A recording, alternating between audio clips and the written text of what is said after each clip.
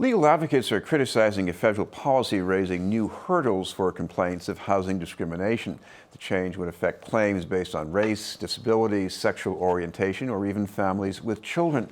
To explain the consequences for people looking for housing, mortgages, or insurance is a senior staff attorney with the Massachusetts Law Reform Institute, Judith Liben. Thank you very much for being with us, Judith. Hi, good to be here. Before we get into the changes, what about discrimination? Is it still there? Yes, it is still there. Even HUD, who put out this proposed rule, has no doubt that discriminatory behavior and patterns still exist, are a tremendous problem. And all we have to do is look at our own state, and in fact, each of us sort of look at where we live and say, am I living in a racially mixed community? Am I not? And if I'm not, and most people are not, the question is why? And there's a whole lot of practices that lead to patterns of housing segregation. And the way that advocates often got to those practices is through the 1968 Fair Housing Act and a particular part of it called Disparate Impact. You know, I can imagine when people are especially desperately looking for housing, they might think they're being discriminated against, but they're so eager to find something, sometimes they don't even have the time to bring a complaint. So when do people usually bring a complaint? Well, let me go backwards for a minute. Let me go back for a minute if I can. The particular rule that we're talking about today isn't really about individuals bringing complaints. It's more about systems, and it's more about large policies of institutions, of banks, of mortgage companies, of large landlords, of states and localities, and how those policies have the effect of disproportionately hurting or keeping out people protected by the Fair Housing Act. The Fair Housing Act also covers individual intentional discrimination, so that if you realize that you are being told something like you can't live there, you have to live there, or denied housing, and you think it's because you're someone with children or a person of color, yes, the Fair Housing Act says you can file a complaint for intentional discrimination. But what HUD is doing now, and did this week with a proposed regulation, is something different than that. And when would this most likely happen? Say, because somebody who wants to, let's say, get a mortgage for a house, you get turned down, you're not quite clear why. So how would this regulatory change affect that kind of a person? Well, let's, if I can talk for a minute about what the change is. So there's this part of fair housing law called disparate impact, and it is our nation's most critical tool for challenging patterns of segregated housing, patterns of discriminatory mortgage lending, insurance, things like that. And what HUD has done, and they issued a proposed rule on August 19th, I think it is, this month. What the proposed rule does is put excessive burdens and obstacles on plaintiffs who want to challenge what are called policies that have a discriminatory effect. They might not be overtly intentional discriminatory policies, but they want to challenge policies with a discriminatory effect.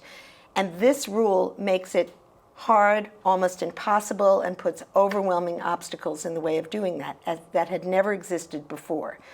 And on the other side, it takes away most of the burdens for defendants, insurance companies, banks, localities, landlords, many kinds of institutions and actors. Takes away most of the burdens that they typically had to work on, and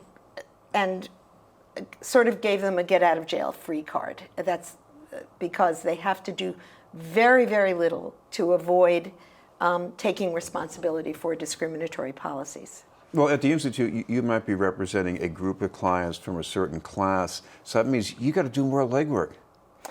Well, no matter who you represent, you have to do a lot of legwork. But can I give you two examples of cases that the Mass Law Reform Institute, on behalf of groups of clients, did that might illustrate how disparate impact works? Would that be helpful? Yeah, absolutely. Okay, and these are both from the early 2000s and one from the late 1990s. So one case, which was a federal court case, and our clients were organizations, the Mass Coalition for the Homeless and other organizations, who were trying to apply for different housing programs. Their members were trying to apply for different housing programs. And 8 communities in the southeast of Massachusetts were opening up these housing programs, all federally subsidized, not locally subsidized.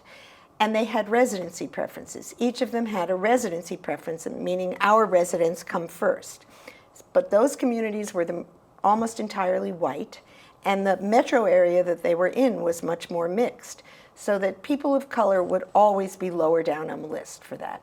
That's what's called disparate impact. There's nothing in having a residency preference that looks discriminatory. It doesn't say we're trying to keep somebody out. But that's an example of a rule that had a disparate impact.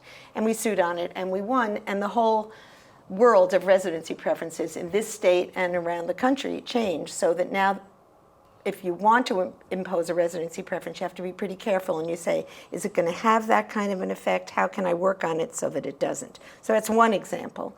Another example around the same time was housing authorities opened up their housing lists and took applications. And the way they used to do it until this lawsuit, another lawsuit was filed, was they had what's called a first come, first served system, which is they put an ad in the paper and say, line up, whoever gets here first will do it. And 10,000 people would come because people need housing so badly. And 10,000, 5,000, a lot of people would come. And what that meant was that people with disabilities couldn't really compete equally with a whole lot of other people. People would come 2 days before, they'd camp out, they'd run when you had to go to one place or another. You had to be agile, you had to be quick, and you really had to be very strong in many ways. So people with disabilities were hurt. The policy didn't look overtly discriminatory. First come, first serve, it seemed sort of reasonable, but it ended up hurting people with disabilities, and so we sued on that, and we won, and now there are no more first come, first served policies in Massachusetts and many other places. That's what disparate impact is about. It's about policies that end up disproportionately hurting people protected by fair housing laws, but that don't look intentionally discriminatory on their face, and maybe never were meant to be. This is BNN News, and we're talking with Judith Liben from the Massachusetts Law Reform Institute.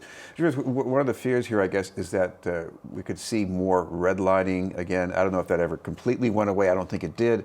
But why would this change lead to more redlining, that is, lending discrimination? It could possibly and very likely lead to different forms of lending discrimination, whether it's redlining or, for instance, having a policy where, let's just take insurance for a minute, where insurance company says we're not going to provide insurance when houses are inexpensive, when they're not worth that much, which might cancel out a whole community from being able to get insurance. The reason this rule would make that easier to do is, well, in many ways it would, but I'll give you one way.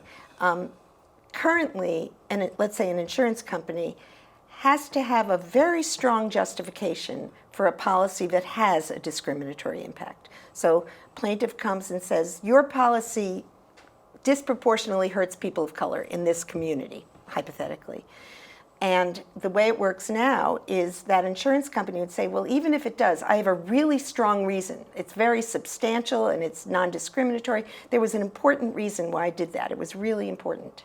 And then a court would decide whether or not that was correct. Now, under this rule, you don't have to have an important reason. You don't have to have a substantial reason. You have to have something they call a valid reason, which could include, for the first time ever, profit. They put the word profit in there and they said, well, a reason could be valid if it furthers the cause of profit. This is the first time ever that profit might trump, you'll excuse the expression, but might trump civil rights laws. And so that's just one way in which the workings of this rule, and it's got lots of provisions in it, says let's weaken the justification that defendants have to show and make it very easy for them. It's like, the scales of justice. Well, what this rule does is it piles on burdens and rocks and all kinds of responsibilities to a plaintiff. It used to be that before this rule, it was sort of equal. It was sort of a balanced process. Everybody had a hard time. They were never easy cases to begin with. Now, the scales go down for the plaintiffs, making it almost impossible to bring a case. And on the defendant's side, the banks, the insurance companies, sometimes governments, on their side, there's like a couple of feathers, and they are pretty free to, this is why it's often said they have a get out of jail free card for this. So that's just one example. They don't have to show an important reason and justification for the policy. They just have to show that it maybe furthers some interest, including profit. Well, we should mention that if people have any more questions about this or if they need some help, there's a way they can get in touch with someone at the Institute? Well, this rule is proposed. It's got a whole comment period that people all over the country will be writing thousands of comments about. And I think the best thing that people can do if they want to do some work on this, or just even put in a couple of lines of a comment to HUD. This is a rule that's come out of the Department of Housing and Urban Development. They can go to defendcivilrights.org to learn how to submit those comments, and they matter. We want to get thousands and thousands of these comments that HUD, that's whose rule it is, it's Department of Housing and Urban Development, that HUD has to read and figure out what they mean. So that's something that people can do. Thank you very much for being with us. Thank you. Judith Liben from the Mass Law Reform Institute. Up next, celebration of creativity, innovation, and connection. We'll tell you about the Fall Festival planned by Hub Week.